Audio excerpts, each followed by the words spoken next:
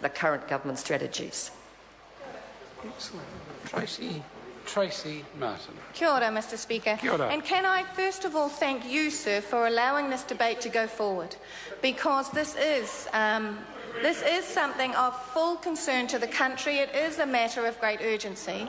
But I also want to... So the first comments, however, I want to make is that, unfortunately, statements that the Minister has made today and the Prime Minister made yesterday show the ignorance that they have about the current system. Both the Minister and the Prime Minister have made statements that these children were not captured by national standards, that these children were not inside that system from 2008 forward. In 2008, this cohort, which is my son's cohort, were actually Year 7s. Year 7 and Year 8 are primary school children. They were inside the national standard system. These children were primary school children at Year 7 and Year 8. They were covered by the primary school New Zealand curriculum and they were captured by national standards. At the same time, when this government came in, and I note that Minister Anne Tolley is there because it was Minister Tolley that brought national standards in, campaigned against teachers, the most vicious campaign in 2008 against the teachers of New Zealand that has ever been seen. The devaluing that minister and this government did in 2008 to the morale of our teaching community has never been seen before. These teachers today, our teachers today, are the most undervalued and the most under attack than have ever been seen in our nation's history. And it is a shame that it was the national government that created the world-leading New Zealand curriculum in full consultation with the sector, with total agreement with all parties inside this House and with every teacher that had to implement it.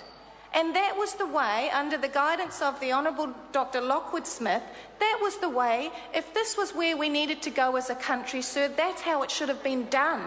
But it wasn't done that way. It was an arrogant solution behind closed doors by a government that was trying to play up for a vote in 2008.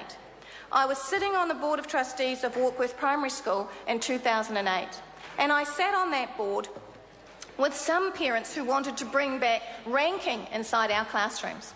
And national standards is about as close as you can get without going back to ranking of students inside classrooms. It is the ranking of schools inside league tables, and it's a pressure of competition to try and create better outcomes. Instead of actually deciding to invest in professional development, and I want to take up the point that the Minister has made about the pronunciation of children's names. I absolutely agree with her. But why then does the Minister continue to argue against compulsory professional development?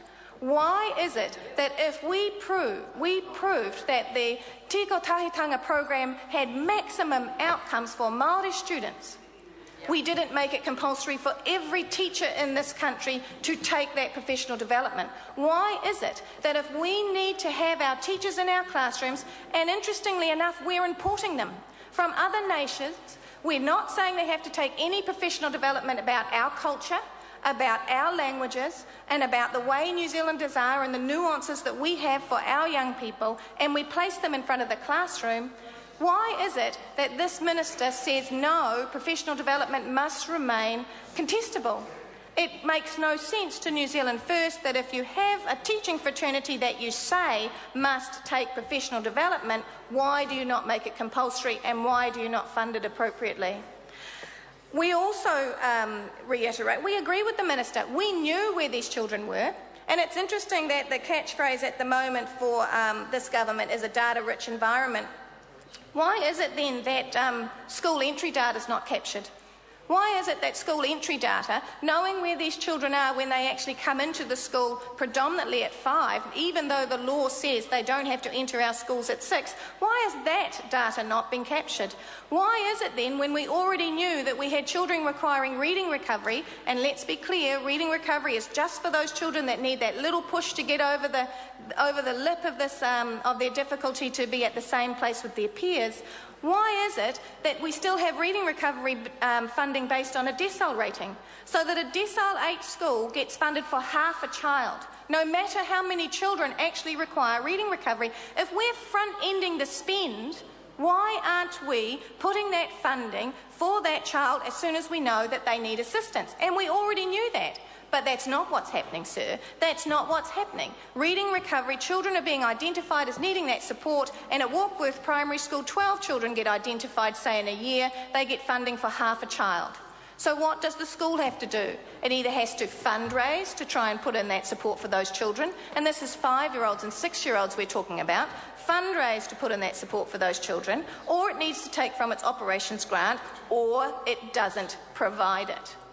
So if the minister was truly, and this government was truly invested in lifting and front-ending the spend and lifting the performance of these young people so that by the time they enter the PISA exams, they have that solidity of foundation, then why those two questions need to be answered. Why should professional development be contestable, and why are we not providing the support for a child as soon as it's identified, and it's identified under the assessments that have not changed? Now, the other part to this and why it's important, sir, is that this is our international reputation. We try to sell our education system overseas. And so, of course, it's a great concern to everybody in this House and to everybody in New Zealand, and I would have thought predominantly to those schools now that are over there marketing themselves for international students to come here because we have such a great education system. This is of concern. But when the minister talks about growing up and people having a cross-party consensus, my experience in the 2 years that I have been in this House is that actually it's the National Party that never shows up. It's the National Party that never enters the conversation. I have been invited over the last 2 years to education panel after education panel, and there has been no National Party representative there. I take that back. Cam Calder, actually, Mr Naru, that was actually something about social services, not education necessarily. But Cam Calder came to the adult and community education and read statements from the government. But New Zealand First would love to have an opportunity to gather together all members who are concerned about education in this House, take the politics out of the room, bring in the Principals Federation, NZEI, PPTA, and they care about these children. What about the boards of trustees? That's the parents. There's your parent body that you should bring into the room. But apparently, Ms Collins, we don't provide them with compulsory professional development either. We don't provide them with professional development either. We have decided, and the minister quite incorrectly stated that they were volunteers. These people are elected officials from their communities. These people, the parents that sit on the boards of trustees, have been elected from their parental community. Only the parental community can vote for them, and that is how they gain. You have to have a child inside the school to vote for anybody who is on the board of trustees. And Ms Collins obviously needs to go back and study the Education Act 1989 because she's completely mistaken around her abilities. So the boards of trustees are the parental voice out of those communities, and they should be in the room. Too often they have been ignored, not only by this government but by the education sector themselves. And it is those people that should also have compulsory professional development.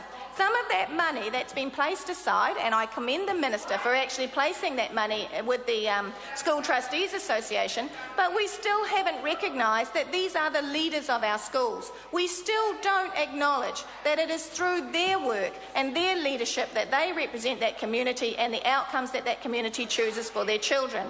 We must widen the success criteria, sir, not narrow the success criteria, so that all our children can succeed inside the current state school system. Kia ora. Honourable Nikki Kay.